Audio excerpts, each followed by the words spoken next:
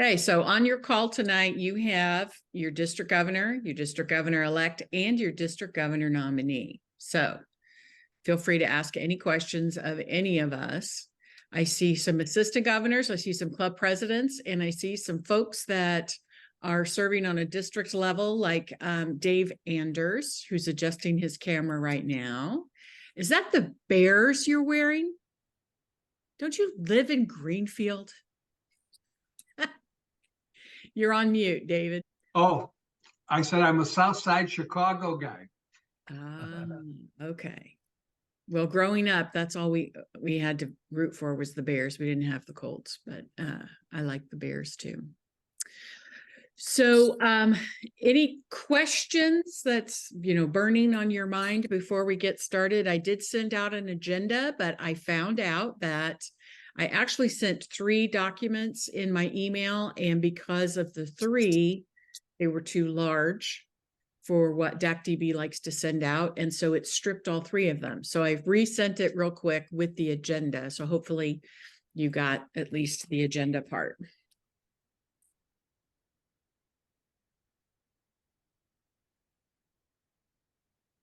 Okay, so we're going to start with the Fall Forum, which was on October the 14th. And the reason why our district does a Fall Forum is according to our district bylaws, after a certain point, the immediate past district governor presents the financial review for the membership. And so over the years, knowing that we want to be in compliance with our bylaws, we've decided that that would be a good time to do our district grant training and any membership initiatives or highlighting club projects at the same time, since we're required to do the Fall Forum. For some reason, we called it mid-year conference. I don't know why, because it's not in the middle of the calendar year or the middle of the Rotary year, but I called it the Fall Forum this year.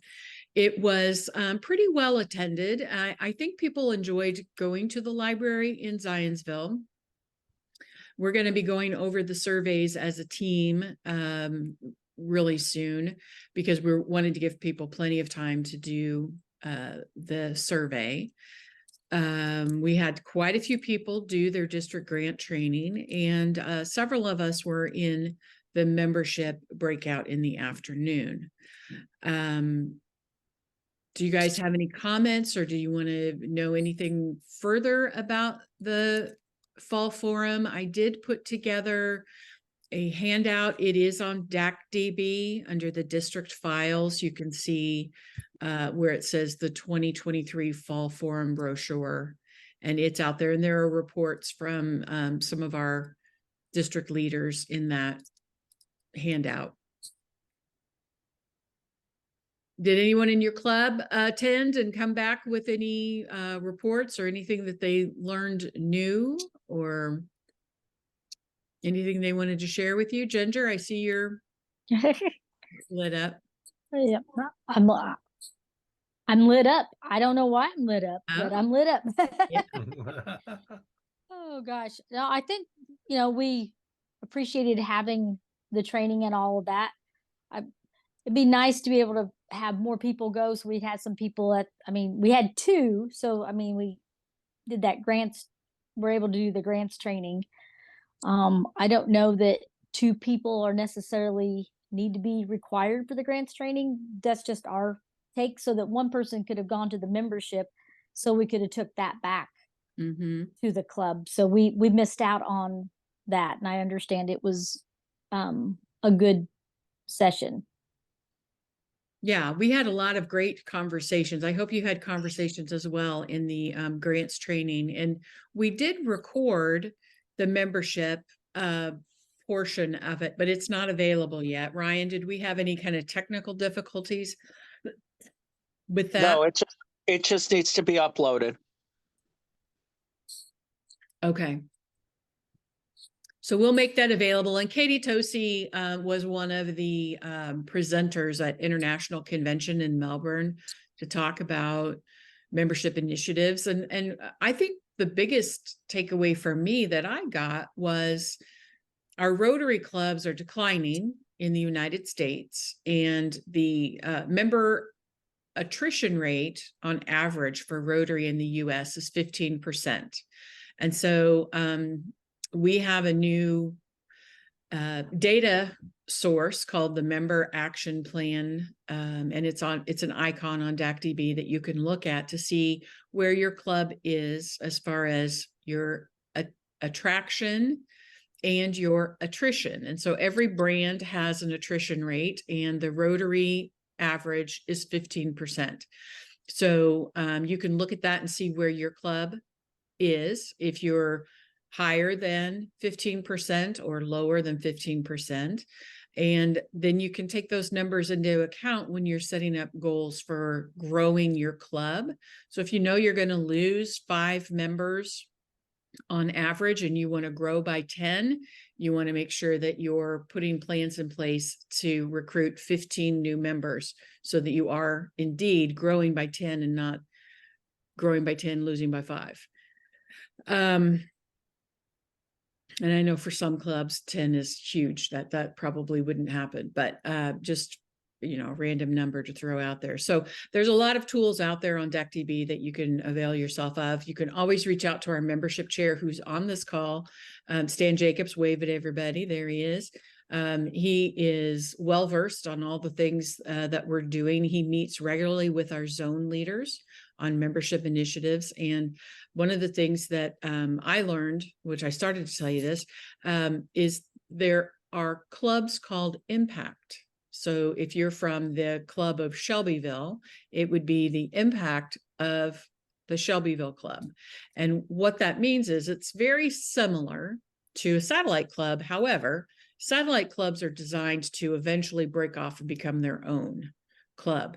An Impact portion of your club are people that maybe cannot attend your weekly meeting because of their work schedule, but they want to be there for your fundraisers. They want to be there for your service projects and for your social activities. And they can be full-fledged members of your Rotary Club as part of the Impact. And so we are finding in research of new members and all the things that, you know, that they're doing on an international basis with Rotary is that post-COVID, people are wanting to be involved, but they don't want to attend a meeting. So if we can pivot and learn from that, we can grow Rotary here in Central Indiana by giving people more than one option of how they can become a member of the family of Rotary. There was another thing mentioned at the Fall Forum, and it's called the Ignite app, and it's part of DACDB. Clubs can purchase the app for their club members, and it's a great way to do member engagement, especially if you're looking for the generation who's always asking if there's an app for that. What I saw on the Ignite app is that they have ways to take selfies and post them immediately to, you know, your club's social media or to an email that they can send to your public image chair. They have their foundation giving reports available. And so the Carmel Club is the first one that I've heard of that has adopted the Ignite app. And so we are following some of, you know, what they're going through to see if it truly is a piece of technology that is helping their clubs to be more engaged. I had coffee with Salim Najjar, who's a past district governor, on Monday, and he was telling me all about the Ignite app. And so his generation is using it. So it's not just for the younger folks. So there's more information. You can find a video training out on DACDB under the Learning tab about the Ignite app. Anybody have anything else that they want to mention about the Fall Forum before we move to the next item? Okay. So RILA is coming up March 16th and 17th, that Saturday and Sunday, 15, 16, 17. I have a flyer I'll email out to you, but I have a meeting with Jim Thompson, who is our RILA chair. Oh, did I just see Jim Thompson join us? Hi, Jim. Do you want to tell them a little bit about RILA this year and what we need from clubs? And they can be looking forward to an email coming soon. Sure. Y'all look beautiful tonight. And I will politely bid you adieu. when we're done with this RILA conversation. But by show of hands, if you're all still with us, how many of you as clubs know for certain you're going to participate in RILA this upcoming year in March? One, two, so not very many, not very many. Okay, so we had in 2019, the last year before COVID, we had 22 clubs. So I'm believing that's probably more than half participate. Nearly 100 children, high school students, sophomores and juniors, and we had 12 counties represented for our district. That was the result of probably over 14 years of growth for doing RILA. So Jennifer has thankfully stepped up and said she would like this year to be a reestablishment, if you will, of what RILA was for our district. I can speak specifically to 2 or 3 clubs where, without a doubt, in the community and with educational school districts in your community, it by far got the most attention, and the best advocates for Rotary and for RILA were the students that went to RILA in March and came back in April and were on cloud 9, having never experienced anything like this as a student in high school. Why would that be? Well, one of the reasons they haven't experienced anything like this is that because we're Rotary, we have the opportunity to design a leadership retreat tailored to what's most impactful for these students. So first of all, selecting the students, and we've been in the past recommending a minimum of 2 students per club. So that's $450. In years past, clubs would pass the hat and collect the $450 if it wasn't in their budget, because they all seemingly believe this is the right thing that they want to do. But these students go to Camp Tecumseh, which is up by Lafayette in Brookston, Indiana. They experience an all-day Friday, all-day Saturday, half-day Sunday experience. And I think they're on cloud 9 because, first of all, they're removed from their peer groups. So you'll have students who show up and they'll say, this is the first time I can be myself and be accepted by my peer group, because at school, I have to be this way for my parents, this way for my teachers, this way for my coach, this way for my peer group and honor society. I see heads nodding. You get it? This way for my teachers. So these kids are under a lot of stress. And when they come to the weekend, they realize, I may be from Ben Davis or Avon or Brownsburg or Crawfordsville, but my life seems a lot like the kid from Carmel or Hamilton Southeastern or Newcastle, or name a club. They all just seem to realize they're in it together. In 2019, the flyer that Jennifer sent out, we had kids, and I had been invited to graduations. So these kids stay in touch. They'll travel an hour to go to some other kid's graduation a year and a half later because they're juniors. They come back as seniors, but they stay that close. So it's a program, I think, that sells itself. I'm not going to give you any more of that soapbox. It's easy to do. We couldn't have made it any easier for you to participate. All you need is a person in your club, a reasonably responsible adult. Right? Yeah, we can laugh at that. Listen, I've been doing this for like 18 years in the district. I know pretty much all the clubs and how you all behave. And some of you are repeat performers. So the point being, you just need a person who's willing. I see Matt Rapp from my clubs on here. You just need somebody who can reach out to the high school and say, look, we have this great program.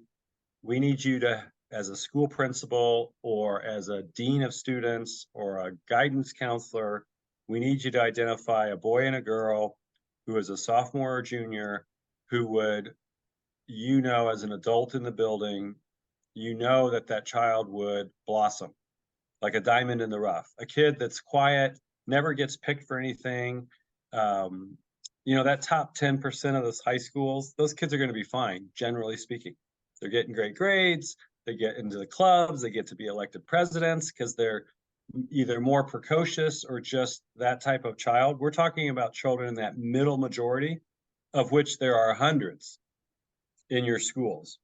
And you're looking for an adult in the building, a teacher, a guidance counselor, principal, dean, assistant principal, to say, here are 2 children who would benefit from going to this RILA, because when they come back, I know they're going to be different, and they're going to be able to be recognizing themselves, first of all, as a person of value and a leader. So $225, a sophomore or junior. First step, what do you do next? Try and find an adult in your club that's willing to reach out to the high school and get this started. And what is that date again? It's going to be happening in March. I think it's the 15, 16, 17. Mhm. My experiences in recent years is that you could do this as late as February. I have even had kids get identified the first week of March, and they show up 2 weeks later at the camp. The reason is the children generally are not planning that far ahead, and the parents don't want to have this opportunity missed. And with a responsible adult from the club, you can get the high school to sign the form that says, I give permission for the child to go, and they can come together. We have all the introductory letters if you want to more formally introduce yourselves to the clubs. There's applications already done. You really just need an adult in the next 30 days, if you can, to say, yeah, I'll do this for my club. I'll find 2 kids. Now, Jennifer, did we ever decide what's the status of all the information on DAC-DB? I'm sure it's still there. I haven't found it, but that doesn't mean that Lee hasn't found it. So we are working to find that information to make it available. And I believe in the past you said people could register on DAC-DB for. Yes, that generally made it easy for everybody, Okay. because you just went on and you filled out the child's name, the high school, I think it was their birth date, their age, and maybe the contact information. But anyway, like if you want to do a letter to the high school principal that says, we're the Sheridan Rotary Club, and we'd like to have Sheridan High School students do this program, and here it is. There's a nice already written introductory letter. There's letters to the parents once the students are selected, what to bring, what to pack. The other thing you need to do is you'll need to plan on giving the children transportation. So I know for Connorsville, Crawfordsville, some of you that are a little farther away, it might be a little challenging. In the past, we've had Rotarians like from Hartford City pick up the Marion kids on the way over to Lafayette. So you can carpool with groups. Again, we had 22 clubs. So when the newsletter goes out, if you see your club on that list, that means that there was somebody in your club, probably for more than 1 year, made sure it happened. And boy, it'd sure be great if you could find that person, convince them to do it for this year, and off you go. That's just, nothing has changed. If you have new people, Jennifer can share out my phone number, and I can walk any new person through any obstacle. I can safely say, so a little bit of my background. I work in the architectural engineering industry, do public schools all over the state of Indiana. And I mean literally all over the state, from Lake Michigan to the Ohio River, from Connorsville all the way over to Attica and past, what is that, Cloverdale, wherever that is, over on 74 by Danville, Illinois. So the point is, and I have educators on staff, I have friends that are educators, there isn't any obstacle to prevent this from happening if you have an adult that wants to do it. Oh, they didn't call me back. Oh, it's already February 15th. I can't do it. I'm out of time. What about a ride? Gee, it's $225 a kid. honestly, that just, none of that matters if you want to do it. So there you go, Jennifer. That's my Thank pitch. you. I And appreciate if you that. could, let Jennifer know, or let Lee, I guess, know, Mhm. Miss Perry, Mhm. and we'll get that DAC-DB stuff. And if we don't get that done, just tolerate emails from Jennifer that say, here's some documents to help you get this done. Thank Do you you. want to entertain questions, Jennifer? Sure. Anybody have any questions about RILA? It sounds like you said all day Friday? So All they're day Saturday, half day Sunday. okay. Do they need to have a background check in order to be a driver for, Discretion of the club. okay, I will tell you, the school district, like the school building, mm-hmm, they will authorize and facilitate, because they'll get a parental signature mm-hmm. for the permission to attend. And with that signature, basically says everything is fine. If a club, I suppose, has members that they feel like they need to have a background check of that member before they let that member drive the students to the conference. I say that tongue in cheek, but use your own discretion if you want the club member to have a background check. Well, I'm just asking liability reasons, for the district, if something were to happen and we don't do, so that, that's a conversation you and I can have offline. I just know. That's sort of like the only time that happens is the driver. Like, so you'd have to think of it from the moment the driver picks up the child or children and drops them off. That's the moments that matters. When they're at the camp, there are no issues. And again, the parents and the school have given permission for the child to be there. Okay. Anyone else have any questions? Matt Rapp, how many students are we sending this year from Fishers? 3 from Fishers and 3 from HSE schools. Woo! We rock. Awesome. Glad to hear it. Okay, well, we'll do our part to make sure that the clubs are informed and everything is in place. Like I said, this is a rebuilding year and we're starting with a new district administrator. So part of the hiccup is in finding where these documents have been stored. So we're working on that. Yeah, be patient. We had 45 kids last year on a shoestring fly-by-night operation. So we can get back to 90 in a heartbeat. Yeah. All right. Well, thanks, Jim. Jennifer. Bye, everyone. See ya. Okay, next, Pets is coming up. And guess what? It's the same weekend as RILA. Santos, do you want to talk about Pets since you're the district governor-elect? Sure.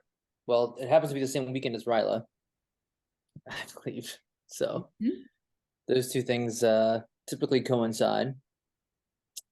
But I mean, Effingham's always a lot of fun. So I'd highly recommend, if you have, do clubs have president-elects yet? Most clubs They here? should, Yes. they should, not all of them do. And I was going to mention tonight, it's very important that you list all of your club officers elect by the end of December so that your club is getting all the necessary information for the upcoming Rotary year. Yeah, so we'll start sending out I'll start sending out some communications about Pets and what the president-elects can expect, and president nominees as well, if you have a president nominee. I've been a part of a club that has struggled as well to get president-elects. So I come from a place of understanding on that. So I will start reaching out to the clubs and talking to them about that, see if we can find someone. Oftentimes I know that sometimes presidents repeat. But one thing I always mention too is that I don't think most clubs kind of realize this, but you've really already kind of spent the money for the participant to go in a way, because it's part of the dues. So, or every club's assess that. So you might as well go. It is pretty good from learning what the president of Rotary is trying to accomplish during that year and learning some of those goals. So our plans are really to focus more on Pets has now has done more with, they do some of the training for presidents. So it allows now governors to kind of train in a little different way, where we'll spend a little bit more time, be able to spend time getting to know each other and sharing some ideas, and then really working on setting goals around the stuff that you learn. So that'll be most of what the sessions will encompass. I believe we have 3 hours together. Last year, I know that unfortunately some of the zone folks and things occupied more time than what I think they were supposed to. So it wasn't a reflection on anything Jennifer did. It was kind of like, so we'll make sure we're a little more mindful on that. But last year was kind of the first time they did a training like that. So I don't think we all knew what to expect. So now we do. Can I ask you a question? Sure. Don't the clubs have to cover lodging for the participants? I'll tell you that I would recommend they do that. And so it's it would be 2 nights would be what I would recommend from our district if they can. Right now the hotel is available, the one where they have it at. So the rooms are available. I believe it's $130 a night actually. When I just looked at it, is it $135 right now? Okay. So I'd recommend 2 nights. But if it's only 1, I understand they are an hour behind. So that does help a little bit, but the meetings usually start around 8 o'clock, or the breakfast starts at 8. So, you'd be leaving by like 6 o'clock in the morning or earlier to kind of get there. So, but yeah, budget for 2 nights if you can. And then if you want to cover any mileage, I can't remember exactly what it is that the IRS allows for reimbursement on that, but you could always do that as well. Thank you. And typically the only thing I would expect is that throughout the weekend they do provide the meals. So there's breakfast, lunch, and dinner that's included on Saturday, and then a breakfast and a lunch on Sunday. So if they are driving Friday, you could always allow for, a meal like $15 or $20 or something if you wanted to budget for that as well. Yeah, good question though.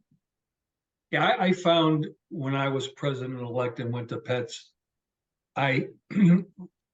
our president nominee is our vice president. Mhm. And it was really, really beneficial to have him participate with me, because we were able to cover a lot of ground. I would go to one meeting, he would go to another. The networking, I took half the room, he took the other half of the room. We were concerned about, we were looking at the time at corporate membership for our club. And opinions came in from all different directions, and it was helpful to have my future president-elect with me. So I really, really recommend all clubs send both the president and the VP or president nominee. And that brings up a good point. So vice president, that's right. So it has gotten kind of confusing. I think the Rotary's kind of changed some of the names. So I think sometimes clubs use vice president for succession, and then I think they decided it may be easier to understand if it was president nominee. So it's easier to say president nominee, president elect. So it can get kind of confusing, but yeah, that's great. That's great, David. Thanks for sharing your experience. So yeah, the more of those, if you can send both those individuals, if you have a good succession plan, that's great. Stan, membership cherries, he may be really good with succession planning. I know he recommends that's really great. Believe it or not, when people join Rotary, that's because they actually want to get involved. So if you're having new members, I'll share a quick example. I don't want to occupy too much more time, but I'll share one quick one. Shelly Foley is a member of a Lafayette club. I'm not sure if Lafayette's on here right now, but she sat with us at the Polio Plus Gala, and she was part of Rotary Youth Exchange, talked about the experience, absolutely loved it. Well, next year, our district is combining right now we have applications available. So I guess I'll mention that too, since he gave me the floor. I But right did. now we have applications available for a global grant scholarship, which is a scholarship available for students that want to study abroad post-college. So I think we've sent the link out. You could find it in the newsletter, but I would highly recommend sharing that if you have any connections at universities or anyone in your club does. I see Bob LaFrance on this call, so check that out. So if you have someone that's near Ball State or in the Anderson community as well, it'd be great to share that with them. Basically, it's a $40,000 scholarship for someone that wants to study abroad. Covers about 2 years. Now, but to get to that, Shelley Foley talking about her experience, knowing that was the first time we were going to do this with Indiana, and she was pretty passionate about about global and travel. I just asked her to do that right away, and she had just joined in February. So I'm not saying, hey, don't go to someone that just joined and say you want to be president next year, right?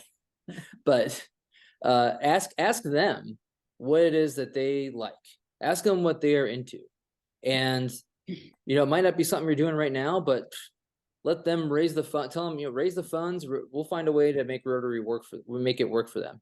So anyways, that's my kind of pitch on that. And, that's just kind of some of the stuff we'll cover with the presidents at PETS and when they're talking to new members and things like that. You want to put a link for that scholarship fund, et cetera, in the chat? Yeah, let me see if I can do that. I'll get it up. I'll get it up here in a moment. It All is right, great. also in. But the I will most recent concede. district I will concede my time. That's fine. But yeah, it is in the most recent district newsletter, the information on that. And then Santos is going to work on putting the link there for you. Okay. Rotary Leadership Institute is something that we started back in 2010 and kind of died on the vine during the pandemic. And so I am an RLI faculty member, and I have facilitated in other districts that continued to do RLI through the pandemic virtually. And so there are those in our district who have not completed all 3 sessions of Rotary Leadership Institute. Until we can get an RLI coordinator, I wanted to recommend that they look on the DAC-DB calendar for those online training opportunities if they'd like to complete that. I know last weekend, the Southern Indiana district had an in-person RLI in Terre Haute. And so if you look on DAC-DB, you can find it. You can also go to their website, which stands for Heart of America Rotary Leadership Institute. So it's the letters HOARLI.org, Heart of America Rotary Leadership Institute.org, where you can find all kinds of information out there. I attended RLI when I became a president-elect because I wanted to know what Rotary was about before I became my club president. So it's an excellent tool out there. And if I have any RLI graduates on this Zoom, if you're interested in maybe co-coordinating or coordinating our next RLI, I'd love to hear from you. Okay, Paul Harris Society. Dave Anders has got a fabulous 15-minute presentation with slides that he can come visit your clubs during Foundation Month if his schedule isn't already booked solid. But our Paul Harris Society is a way for our donors who give to the annual fund share. And again, the annual fund share is what comes back to our district for district grant funding.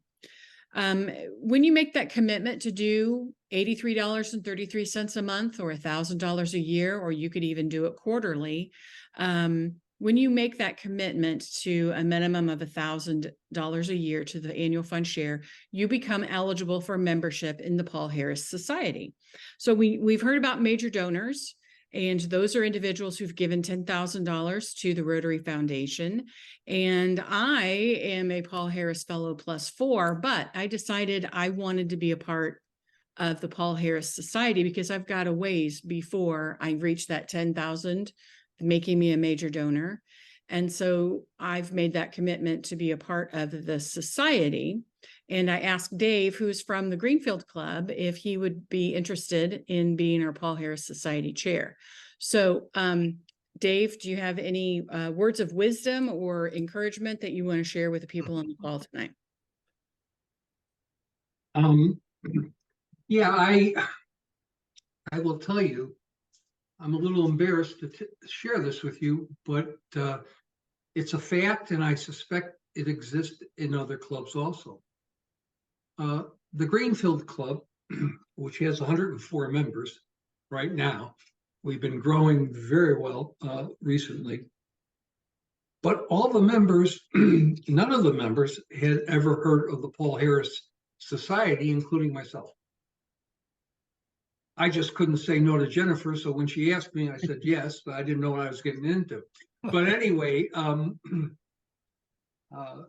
and people I'm finding confuse being a Paul Harris Fellow with being a member of the Paul Harris Society. And the first 3 months of this Rotary year, I spent all my time on the phone cleaning up our records and determining who really is a Paul Harris Society member and who isn't. Because you can fill out an application, and as long as you promise to give $1,000, so it could be one check or whatever, you become a Paul Harris Society member. Now, we monitor and make sure that you fulfill your commitment. So I've been going around talking to different clubs.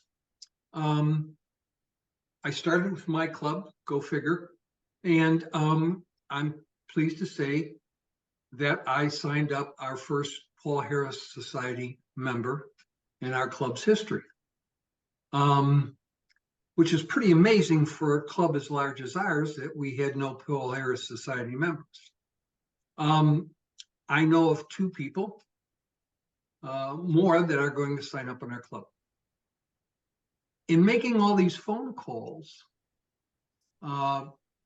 we were able to determine who really is committed to giving $1,000 a year and staying in the Paul Harris Society. Now, my focus is promoting it, and I'm finding that a lot of the clubs are just anxious to have a speaker. And if you're a foundation chair in your club and you've been a foundation chair for a while, I'm finding that a lot of them say, hey, I've been beating the drum for a long time. We just need a fresh voice to come in and address our club and talk. So last night I traveled from the eastern part of Indiana to the western and went to the Rockville Club. I didn't realize you could spit and hit Illinois from there. And so we had a lovely evening, and we celebrated and we recognized 3 Paul Harris Society members in Rockville. I believe, and I'm 99% positive, that Rockville per capita has more Paul Harris Society members than any other club in our district. I'm visiting Danville on Thursday afternoon, and I'm visiting the Shelbyville Club on Thursday evening to give the presentation. You know, it can go anywhere from 15 to 25 minutes, depending on questions and if people are confused about how the foundation and all that works. But to Jennifer's point, in the presentation, I talk about a path to becoming a major donor and fast pathing. The other thing too is in this adventure that I'm now participating in, I've learned about things, a thing called Rotary Direct. And I had to do some research on this, but it seems to me that this is a game changer. And once again, I'm embarrassed to say, Nobody in my club knew that Rotary Direct exists. And if you don't know it, I'll just simply share this. Rotary Direct is a way for you to pledge on a monthly, quarterly, or an annual basis to the foundation. If your pledge will result in $1,000, you become a Paul Harris Society member. If your pledge results in over $100 being contributed to the foundation, you become a sustaining member. So there's a nice progression that can fast path you to becoming a major donor. And I'm on the cusp, so I'm planning to become a Paul Harris Society member myself. I'm filling out my application, and hopefully by the end of this year, I will be a major donor.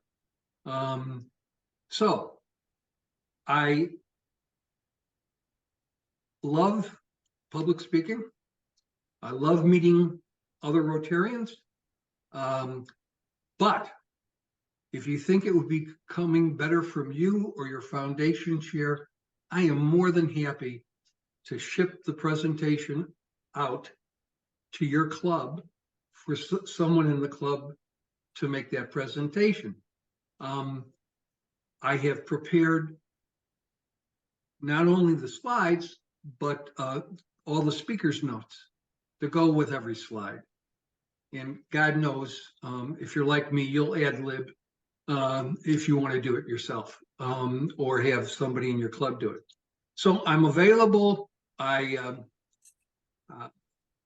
I'll try to make myself available to meet your schedules, and so I've had some really positive responses. I found that some clubs don't have foundation chairs, or not an active foundation chair, and as a result, I'm getting emails from club members from other clubs, and I've signed up 2 people in response to me providing them information about the Paul Harris Society. I will tell you this, I do not do a hard sell. The spirit of my presentation is thank you for supporting the foundation. And not everybody's circumstances are different. And if you can't afford to give $1,000 a year, that's okay. That's absolutely okay. My response is thank you. Thank you so very much for committing to the foundation, whether that's $10 a year or $10 a month, or $25 a year or $10 a month, because a cash contribution has got to be a minimum of $25. But if you do Rotary Direct, that minimum is $10. So credit card, debit card, or we can even arrange ACH payments right to your checking account, and we can debit your checking account. So anyway, I'm available. I'm working on this. The next time we meet, I hope to have some stats for you. I really haven't gotten into that. I just wanted to spring into action as fast as I could. So next meeting, I'll have some stats to give you an idea of where we stand as a district. That's my story, and I'm sticking to it. Thanks, Dave. Anybody have any questions for Dave? So I did announce at PETS this last year, and I've made a couple of announcements in a district newsletter letter as well, talking about no district matching points, but that I would work with clubs, helping them do a club level matching points. When we do a district level, we typically raise about $20,000, $22,000 each time we do offer a district match. So if Dave is able to at least get 25 new Paul Harris Society members, we've exceeded the funds that we have typically raised when we do a district match. And when we do it at a club level, you're giving points to individuals that you have relationships with, that you know, and those people are also the recipients from your club, that you know them, and it's more meaningful. And I can help anyone who wants to do a district match. I've done it for 3 years on a district level. And so, yeah, reach out to me if you want any help with where the forms are. I've placed all of that information for Club Foundation shares on DACDB under the district files, and it says Club Officer Resources, and I've put a whole bunch of resources out there based on your office as a club officer. Again, it's important to list. I can tell you our club is doing a match right now. This Oh, month, our club is doing a match. Good. There's a few of the tenured members who have given up a lot of their points to make sure. I have designated certain people, new members who have stepped up to the plate. Mhm. And I have said to my foundation chair, if this person gives money, I'll more than match it, because I want him to be a Paul Harris fellow. Excellent. Thank you. Yes. And so it's more meaningful when we do it that way, because the district never receives any points from the foundation, but the clubs and the individuals do. And that's where the points come from. The district goes to people like Dave and says, hey, you've got X number of points. Can I have some of those to give out to other people in the district? And so even though they get a thank you note and they can see who got their points, they really don't have a relationship with that person, don't know anything about them. And so I'm hoping that this year we'll see the value in removing it from a district level and doing it at a club level, so that we remember that Paul Harris fellow recognition is important and shouldn't be discounted. So we shall see how that goes. The district newsletter, there's a link again on the DACDB district files for you to submit photos and articles.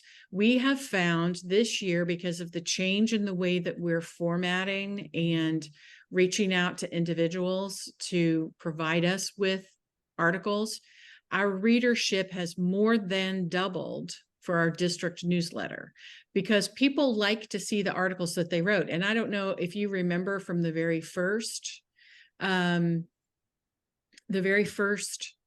newsletter, we had a brand new Rotarian write an article. And so go back and look at some of those older articles and see, you know, what's going on in the different clubs. And, you know, if you've got a fundraiser and you want folks to come from the district, make sure you let us know about it so that we can participate, because we all like to help one another out.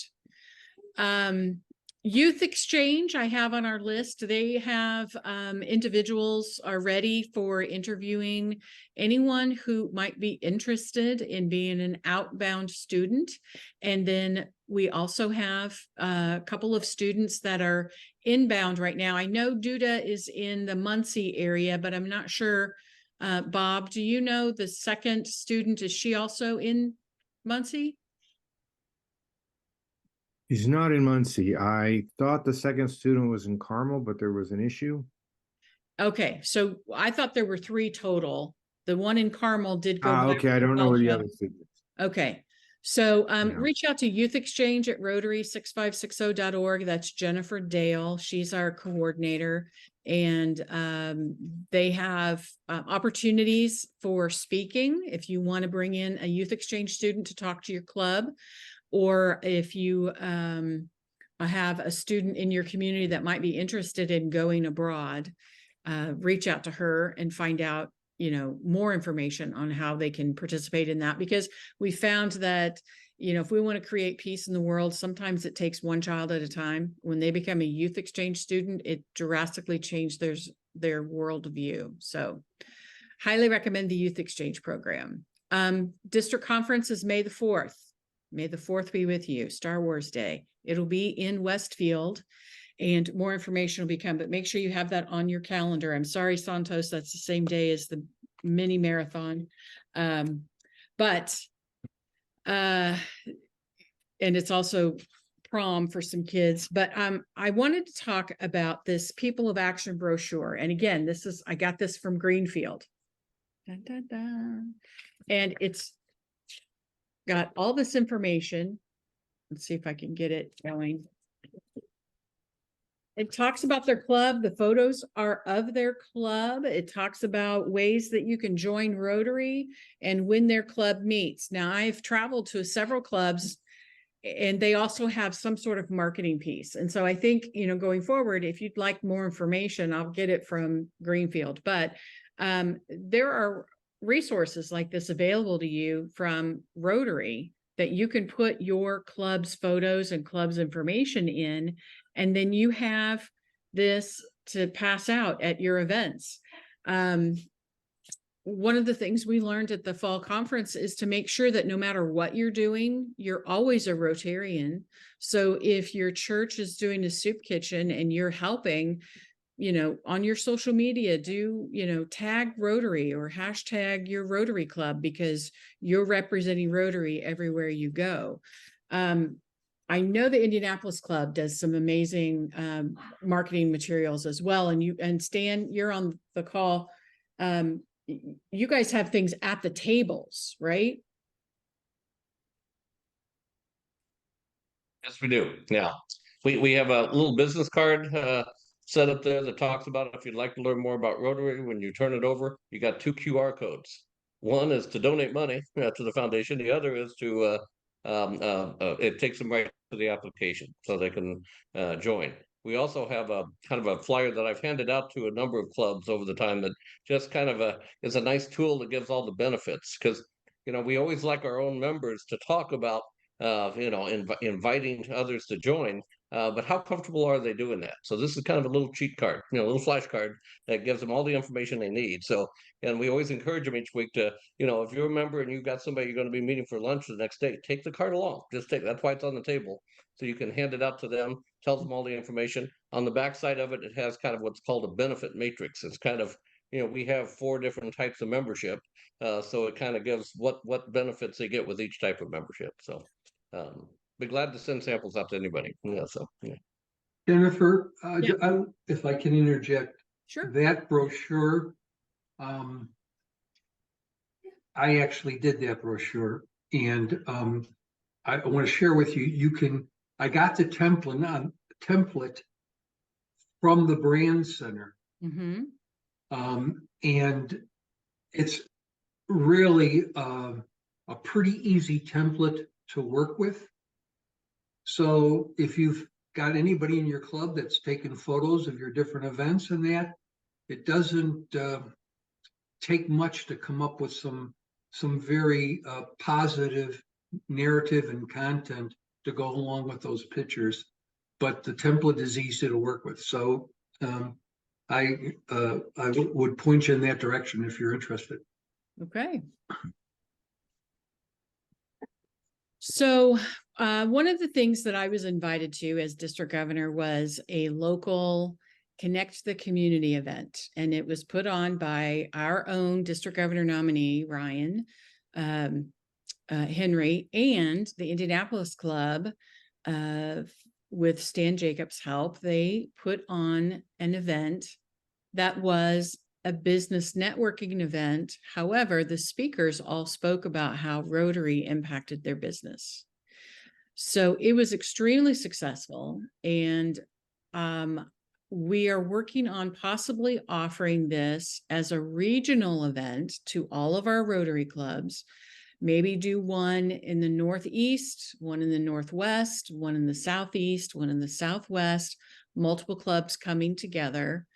And remembering that Rotary was started as a business networking group. And yes, we don't market and prospect our database. However, when we want to do business, we want to do business with our family of Rotary. And so is this something that you think your club would be interested in participating in something along those lines? And maybe I should have either Ryan or Stan share about how many people actually attended. And I realized this was downtown Indianapolis, so you're going to probably get more people than if we held something in, say, Crawfordsville, which is my hometown.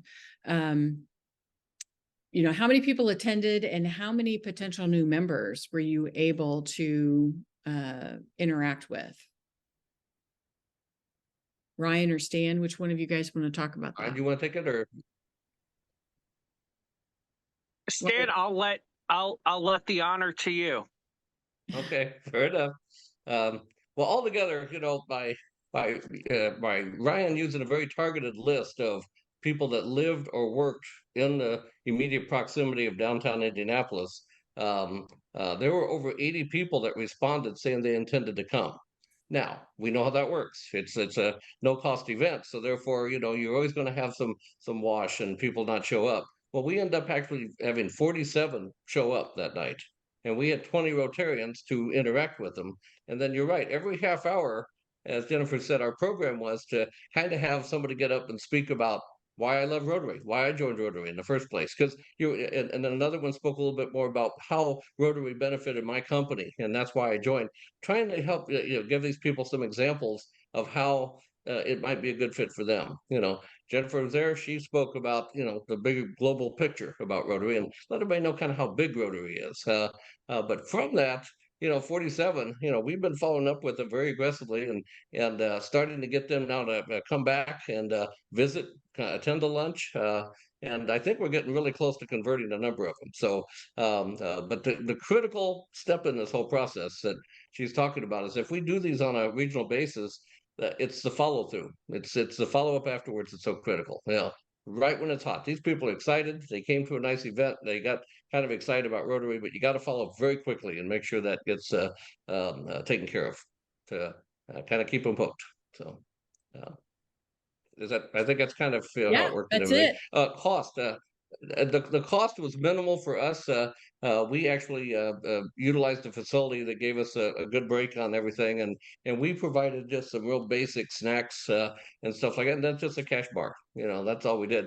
We tried something different though, and I like what Ryan suggested here. We actually did this from 3 p.m. to 6 p.m. We did it in the afternoon, and it's really kind of impressive how many people show up. And he had some proven record of that because he does a lot of networking events with his company, and it's amazing the attendance he gets at these. So I wasn't surprised by that, and I think we might want to follow that same philosophy when we start looking at these regionals. So Ryan and I are meeting actually tomorrow to actually discuss this in further detail, and then we could have a better plan that we could roll out to everybody, and then see what you think. You know, if it makes sense. We've tried to figure it out geographically that it makes sense, and it's tough for some areas to kind of find you know, a good central spot in each quadrant there. So but some club will be the lucky club that probably gets to play a key role in hosting it, I guess. So Well, and it's one way that I we're think trying to that's the think best way. outside of the box and to grow Rotary in our communities, and using something that's worked, and it's a good model for us to follow. So I appreciate both of you gentlemen and your willingness to share your expertise within our entire district. So you guys that are on the call, you get the you know, the inside scoop. Nobody else knows this is about to happen. So the planning starts tomorrow. So those are all the things that I wanted to discuss tonight with you. And I open it up to any other further questions or anything that you are seeing in your clubs that maybe you could use some support with, or really anything that you want to talk about.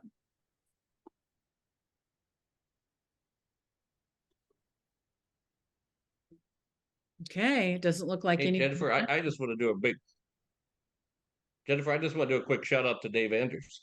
Yeah, Dave was responsive. He got back to me real quick on things, and it did uncover something here. I found out that our foundation chair had apparently declined staying involved as a foundation chair, and it was never taken out of DACDB. It was never adjusted, and I'm in the club, and I didn't even know that Liam wasn't doing it anymore. So they're kind of scrambling around, kind of getting that all worked out. But I feel our club is very similar to yours in the fact that we never hear about Paul Harris Society. We make a big deal about being a 3+, a 4+, whatever, but we never seem to, recognize the society members so far. And I think there's an opportunity with a lot of our members. So, David, if Liam doesn't pick up the ball and run with it, I'll probably get back in touch with you to maybe get some of your presentation information, and maybe we can figure out a way to kind of get that out to everybody. And I'll work with Patrick, our president, on that. So, but just wanted to throw that out. Thanks, Dan. Yeah, I'd like to say something. Our club, one of our past presidents, Ron Tork, had an epiphany. He realized that we do a lot of things, notably Gift of Life, our annual Gift of Life auction, which typically raises $50,000 to $60,000 to send medical missions from Riley's Children's Hospital to third world countries to do life-saving heart surgeries. We also occasionally, if circumstances require it, will pay to fly a child from a third world country where the facilities aren't, the medical facilities aren't appropriate for the heart surgery, to come into the children's hospital. That's just one of the ways that we have found that we have helped promote peace within this world. But we do other things. And so I don't know if you're aware of this, but there is a thing called a Rotary Peace Club.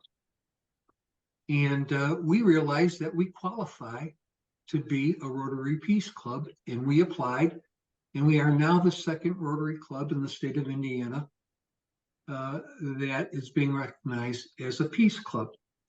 Along with that, we are raising money to create a satellite park off the Pennsy Trail that runs through Greenfield. We've already built an art park, which is getting a lot of attention from the community. And right next to it, we're going to build a peace park and promote peace. Our past president's grandfather was a Holocaust survivor, and has spoken to our club and everything else. And we're dedicating this peace park to him and people around the world that have promoted peace. We're going to do a fundraiser called Rotary's Got Talent, and that's going to be, I believe, December 18th. And we're looking for any talented Rotarians from any of the clubs in the district that have a particular talent to let us know and perhaps join us in participating in performing at this event. So if you know somebody that's very talented, we've got a couple pianists that are just off the charts good, and they're going to be performing. And I'm sure that you've got some people in your clubs that really are good. And if they really feel committed to the notion of building peace and making this a better world, we'd love to have them participate in this event. And if you don't, why don't you just come? Buy a ticket and come. It's going to be at the Rick Theater, downtown Greenfield, and we'd love to have you. So anyway, I just wanted to put a shout out and let you all know about that. Jennifer was good enough to make sure that story got into the last newsletter. So we're still looking for talent. So Right. So if you can tell a that's joke, my pitch. yeah, if you can tell a joke or sing a song or any type of talent, swallow a sword, let them know, because they really would like for it to be Rotary talent. They can use local talent in Greenfield, but they really want the family of Rotary to be represented in Greenfield. And is it a Sunday? I thought it was December the 10th or 12th. Is it a Sunday event? Hold on. Anyway, it's in the I will tell you for newsletter. sure. And we'll make sure that it's on the website and social media if you follow us on Facebook or anything else. We'll make sure that it's out there. But yeah, I mean, we all have some kind of talent. And so even if you tell dad jokes, you could be a part of that. The Sundays of December are 3, 10, 17, 24. I believe it's December 17th. Okay, well, leave it to VJ. You should know when the Sundays are. He's a pastor, by the way. I won't tell you which one, but one of those is my birthday. Really? Yeah. Well, we'll celebrate on December 17th. Okay, that's not it. Well, thank you everybody for joining us tonight. We've been on a little over an hour and I never like to, waste your time. So I hope that I brought you some content that was worth your time. I appreciate you staying on the whole hour, and we will do these every month. I learned during the pandemic that these were valuable. I went on one of my clubs I visited this past week. I met the president and he said, "I just want you to know I don't read any email." It's like, oh, great. Okay. So this is another opportunity for us to keep you informed on what's going on and how we can help, because as Rotary clubs, you are the ultimate, and we as district leaders are here to support you in what you deem is appropriate for your community. We want to be there for you. It's not a top-down organization, and we are not a secret society. Everything we do in Rotary, you can Google it and find it. But until I see you again, I hope you all have a great Thanksgiving. Remember that November is Foundation Month, and all gifts given to the Annual Fund Share, not Annual Fund World, but Annual Fund Share, are the ones that come back to our district in 3 years. So thank you for all you do in your clubs, and reach out to me if you have any questions. I look forward to seeing you again real soon. Same bat time, same bat. Good night.